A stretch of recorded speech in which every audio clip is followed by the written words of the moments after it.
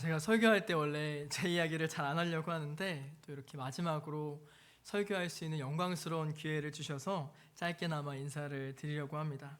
갑작스러운 사임 인사에 적잖게 놀라셨을 텐데요.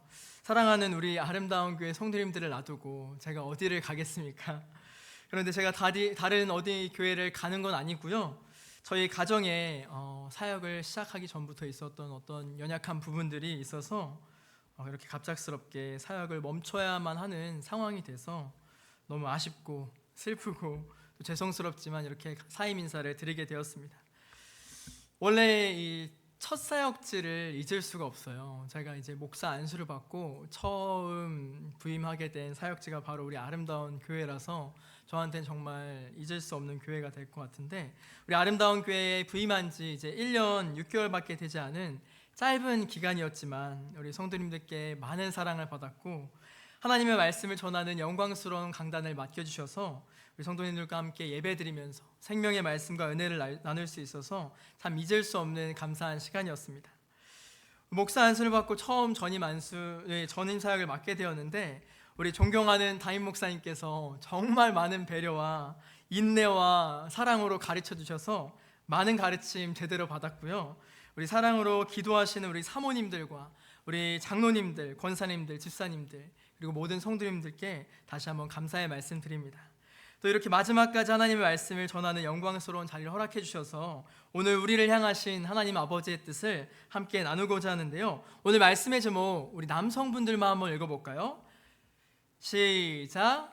부자로 남을 것인가. 우리 여성분들 함께 다시 읽어보겠습니다. 여성분들 시작! 네, 부자로 남을 것인가 라는 제목으로 하나님의 말씀 전하겠습니다. 오늘 말씀은 영원한 삶을 위해서 예수님께 나왔던 한 청년의 질문으로 시작하고 있습니다. 흔히 젊은 부자 관리 이야기라고 묘사되는 청년의 이야기인데요. 이 말씀의 중요성은 마태복음과 마가복음과 누가복음에 동시에 하나도 빠짐없이 나오고 있다는 점에서 이 중요성과 강조점을 알 수 있습니다. 오늘 우리는 먼저 이 청년이 어떤 사람이었는지 살펴본 다음에 이 사람이 예수님께 던졌던 질문의 의미와 예수님께서 대답하신 그 대답의 의미를 함께 살펴보려고 합니다. 이 청년은 오늘 본문 그리고 마가복음 10장에 따르면요, 젊고 재물이 많은 부자 청년이었어요. 누가복음 18장에서는 그가 큰 부자일 뿐만 아니라 그의 직업이 관리였다는 것까지 소개되고 있는데요. 관리는 이스라엘 장로나 서기관이나 제사장과 구분되는 또 하나의 기득권층입니다. 그런데 그가 젊어서부터 관리가 되고 큰 부자가 된다는 게 어디 쉬운 일이겠습니까? 당시에는 지금처럼 갑자기 막 재산이 불어날 수 있는 그런 사업의 수단이나 투자 수단이 있었던 게 아니었기 때문에 갑자기 큰 부자가 된다는 건 불가능한 일에 가까웠습니다.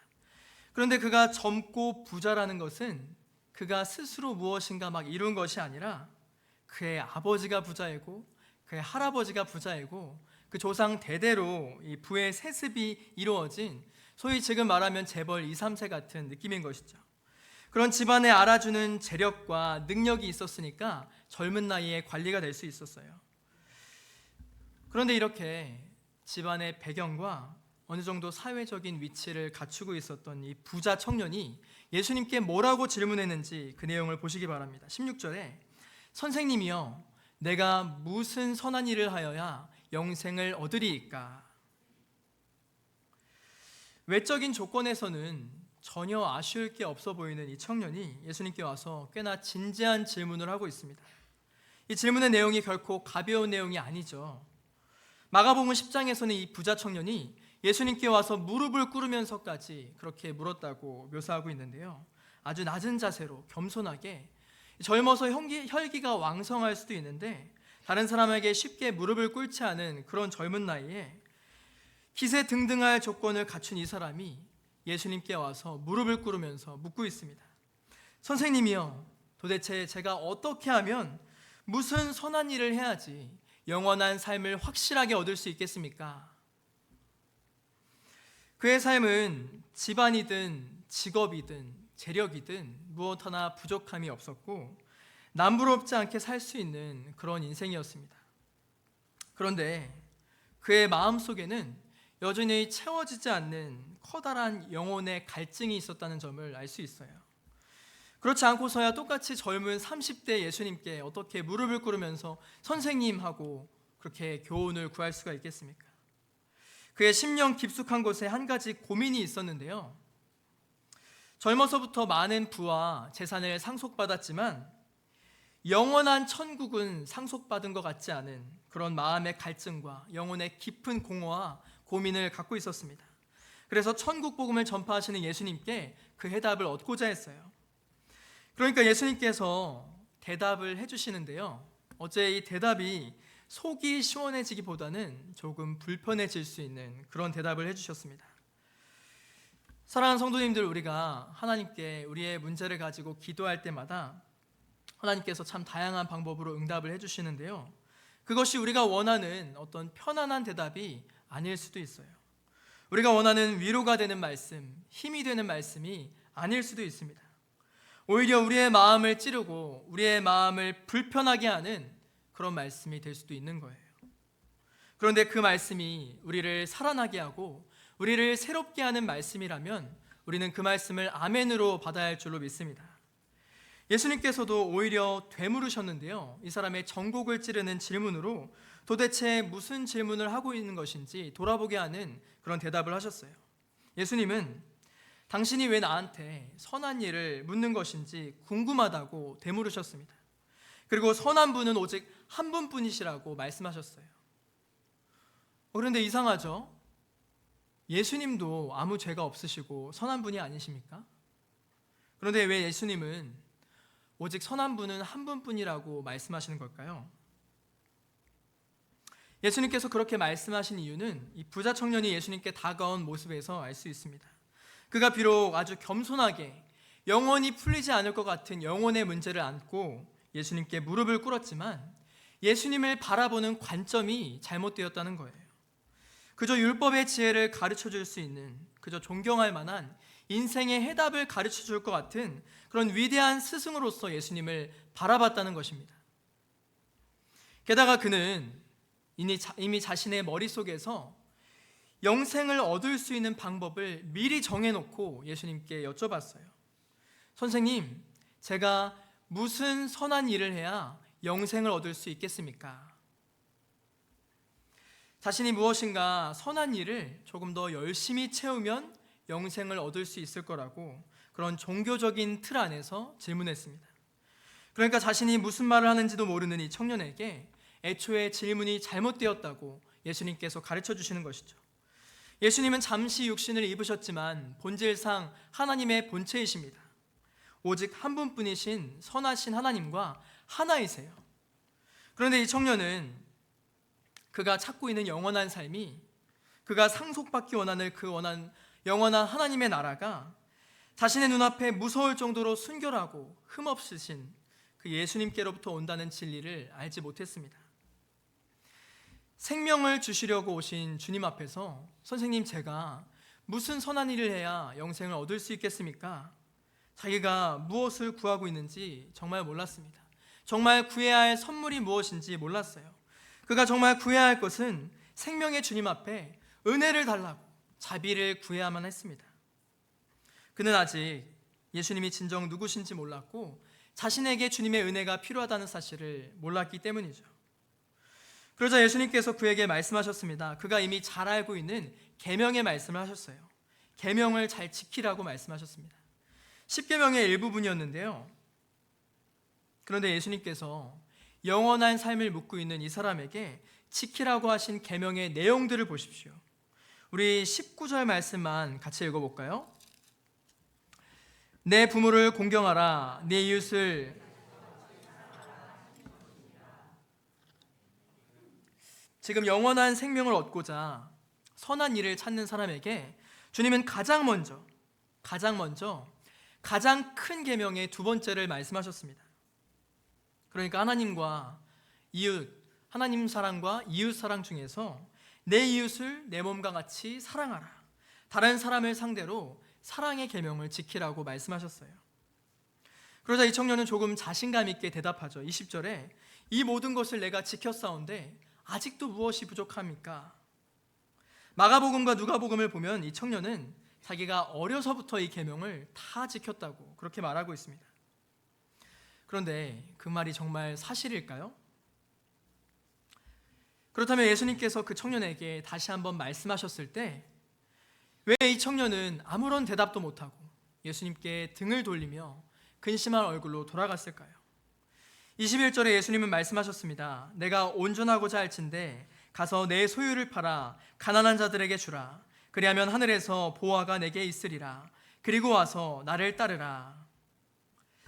방금 전까지 분명 이웃사랑의 계명 앞에서 내가 이 모든 계명을 다 지켰습니다. 아직도 저한테 부족한 게 있나요? 그렇게 당당하게 대답했던 사람인데요. 그가 예수님께서 말씀하신 이 정말 부족한 것이 무엇인지 말씀하시니까 아무 말도 못하고 그저 뒤를 돌아서 버린 거예요. 예수님은 나중에 23절에서 이렇게 말씀하십니다. 부자는 천국에 들어가기가 어려우니라.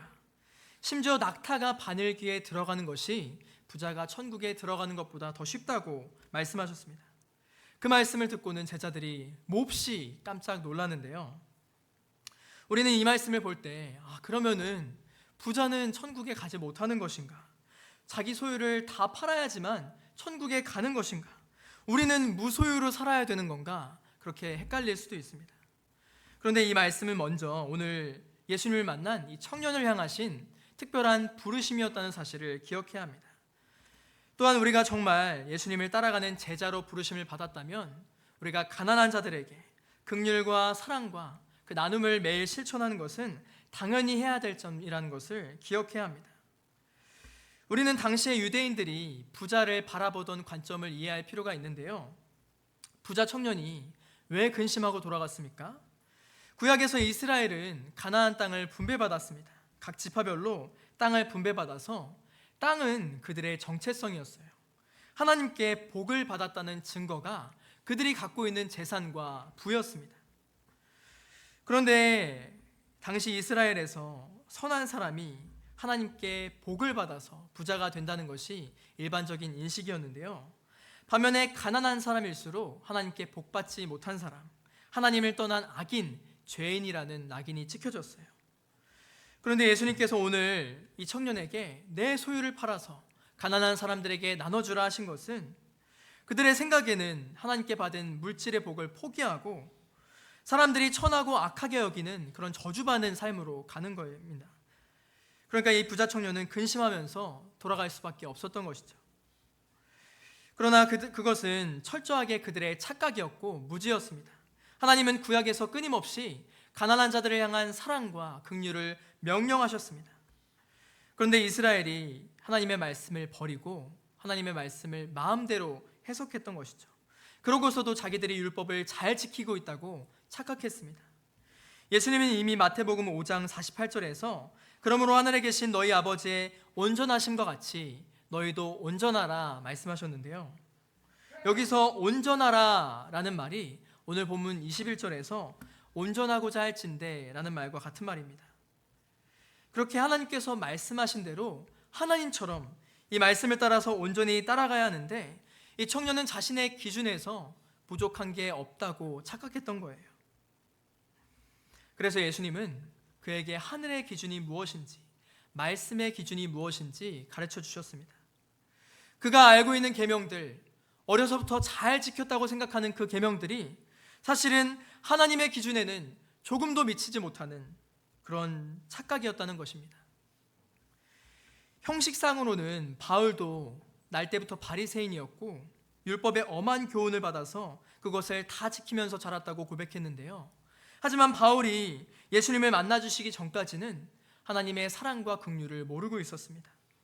율법을 지킨다고 하면서도 살인자요, 비방자요, 폭행자요, 그렇게 악을 행하는 자였는데 예수님께서는 그렇게 형식적인 규율만을 강조하고 정작 하나님께서 말씀하신 중심을 버렸던 바리새인들을 끊임없이 지적하셨죠.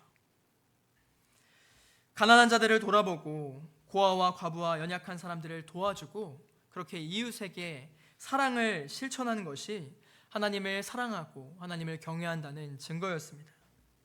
하지만 이 청년은 하나님께 받은 축복의 상징, 땅과 재물과 소유를 포기할 수 없었어요. 축복이 어느새 우상이 되어버린 것입니다.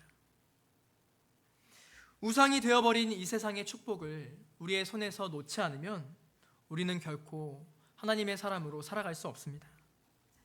이 청년이 부자라는 것 자체가 사실은 율법의 계명을 제대로 지키지 않은 증거였는데요.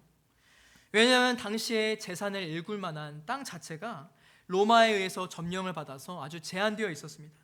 그런데 그렇게 제한적인 상황에서 땅을 차지하고 큰 부를 갖게 된다는 것은 동시에 다른 사람들이 상대적으로 적은 땅을 소유하고 적은 이익을 가져갔다는 의미겠죠.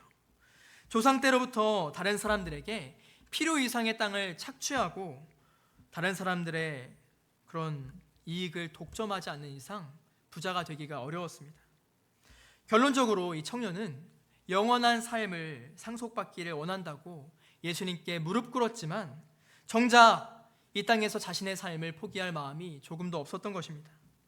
자신과 자신의 부모와 조상 때로부터 내려왔던 이 잘못된 신앙의 유전과 폐역의 뿌리를 뿌리채 뽑을 그런 용기와 의지와 결단이 없었던 것이죠. 그래서 예수님은 낙타가 바늘기로 들어가는 것이 부자가 하나님 나라에 들어가는 것보다 쉽다고 말씀하신 것입니다. 신학자 톰 라이트는 예수님의 이 비유에 대해서 이렇게 설명했습니다. 마치 바닷물 전체를 병에 담을 수 있다면 당신의 재산을 가지고 하나님 나라에 들어갈 수 있다. 그가 진정으로 온전한 하나님의 사람이 되기 위해서는 그가 지켰다고 생각했던 그 계명의 수집품들을 다 버리고 하나님 앞에서 회개하고 다시 한번 헌신하는 그런 자세가 필요했습니다. 예수님께서 이렇게 나를 따르라고 명령하신 제자의 부르심이 많지 않았어요. 그런데 이 청년은 예수님께 자신이 물어놓고도 이 은혜로운 부르심을 거부했던 것입니다. 반면에 예수님께서 돌무화과 나무에 올라가 있었던 그 세리장에게 말씀하신 사건을 생각해 보십시오. 오늘 내 집에 머물러야겠다 말씀하셨을 때 그 키 작은 사람은 완전히 뒤바뀌지 않았습니까? 평생 자기 민족의 피와 땀이 섞인 세금을 착취하다가 이제는 자신의 소유를 절반을 가난한 자들에게 나눠주겠다고, 자신이 속여서 빼앗은 것이 있다면 4배나 갚겠다고 그렇게 다짐하면서 하나님의 사랑을 실천하겠다고 그렇게 변화된 모습을 보였습니다. 예수님은 그런 자에게 오늘 구원이 이 집에 이르렀다고 선포하셨는데요. 그렇게 예수님을 만나고 이웃 사랑을 실천하는 모습이 온전한 하나님의 사람의 모습인 줄로 믿습니다. 사랑하는 우리 아름다운 교회 성도 여러분, 우리가 영원한 삶을 향해서 나아가는 이 믿음의 여정 가운데 우리에게 말씀하시는 주님의 말씀을 온전히 따라가기를 소망합니다.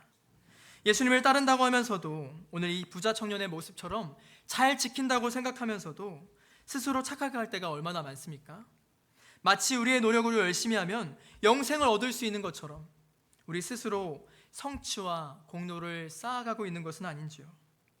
주님께서는 우리에게 이웃을 사랑하라고 말씀하셨는데 그저 하나님께서 주시는 선물에만 눈이 멀어서 이 땅에서 복받기를 바라고만 있는 것은 아닌지, 평안하게 잘 사는 것만 바라지는 않았는지 돌아보게 됩니다. 신앙의 수단으로 삼아서 내가 주님을 잘 섬기고 내가 예배를 잘 드리면 모든 것을 형통하게 해주실 거라는 그런 착각 속에서 우리가 주님께 등을 돌리는 그런 사람이 되지 않기를 원합니다. 예수님은 오늘 분명하게 말씀해 주셨습니다. 부자는 천국에 들어가기가 어려우니라. 우리가 만약 이 땅에서 여전히 부자로만 남아있길 원한다면 입으로는 예수님을 따른다고 하면서도 우리의 손에는 여전히 보물이 가득할 것입니다. 입으로는 예수님을 따른다고 하면서도 우리의 목에는 하나님께 받은 복이라는 메달이 걸려 있을 거예요. 그러니까 제자들은 하나님께 복 받은 이 부자가 천국에 들어가기 어렵다면 도대체 누가 천국에 들어갈 수 있겠습니까? 깜짝 놀랐는데요. 마지막으로 우리 26절 말씀 같이 읽어보길 원합니다. 우리 26절 같이 읽어보겠습니다. 그들을 보시며 이르시되 아멘. 사람으로서는 할 수 없으나 하나님으로는 다 할 수 있느니라. 사랑하는 성도 여러분, 우리의 믿음, 우리의 신앙은 결코 우리의 힘으로 온전해질 수 없습니다. 우리의 열심과 우리의 결단만으로는 하나님의 기준에 턱없이 모자랍니다. 그래서 사람으로는 할 수 없다는 거예요. 그래서 하나님으로서는 다 할 수 있다고 말씀하셨습니다. 그래서 예수님을 보내주신 것이죠. 예수님의 음성에 저항하지 않고 예수님의 음성을 온전히 받아들이는 자들만이 예수님의 사람으로 온전히 변화될 줄 믿습니다. 영생하도록 솟아나는 샘물이 예수님 안에서 나옵니다. 그 생명수를 마시고 그 생명수를 누리는 사람만이 다른 사람에게 이 생명을 흘려보낼 수 있는데요. 고린도후서 8장 9절에 예수님께서, 그 부요하신 예수님께서 우리를 위해서 가난해졌다고 말씀하고 계십니다. 너희를 위하여 가난하게 되심은 그의 가난함으로 말미암아 우리를 부요케 하리라고 말씀하셨어요. 하나님의 아들 만왕의 왕 창조주께서 우리의 부요함을 위해서 십자가에서 피 흘리셨습니다. 우리는 그 생명에 의지하여서 풍부에 처하기도 하고 궁핍에 처하기도 하며 내게 능력 주시는 자 안에서 모든 것을 할 수 있다고 고백하는 것이죠. 예수님은 오늘 우리에게도 말씀하십니다. 내가 온전하고자 할진대 가서 내 소유를 팔아 가난한 자들에게 주라. 그리하면 하늘에서 보화가 내게 있으리라. 우리가 땅에 보화를 쌓지 않고 하늘에 보화를 쌓는 아름다운 교회가 되기를 간절히 소망합니다. 오늘 우리 이 말씀 앞에서 우리의 마음이 어디를 향하고 있는지 유심히 살펴보길 원하는데요. 하나님의 마음은 어디를 향하고 있습니까? 예수님의 손길은 어디를 향하고 있습니까? 우리가 땅의 부자로 남는 것이 아니라 영원히 예수님의 이름만을 의지하면서 하늘의 부자로 살아가는 우리 모두가 되기를 간절히 축복합니다.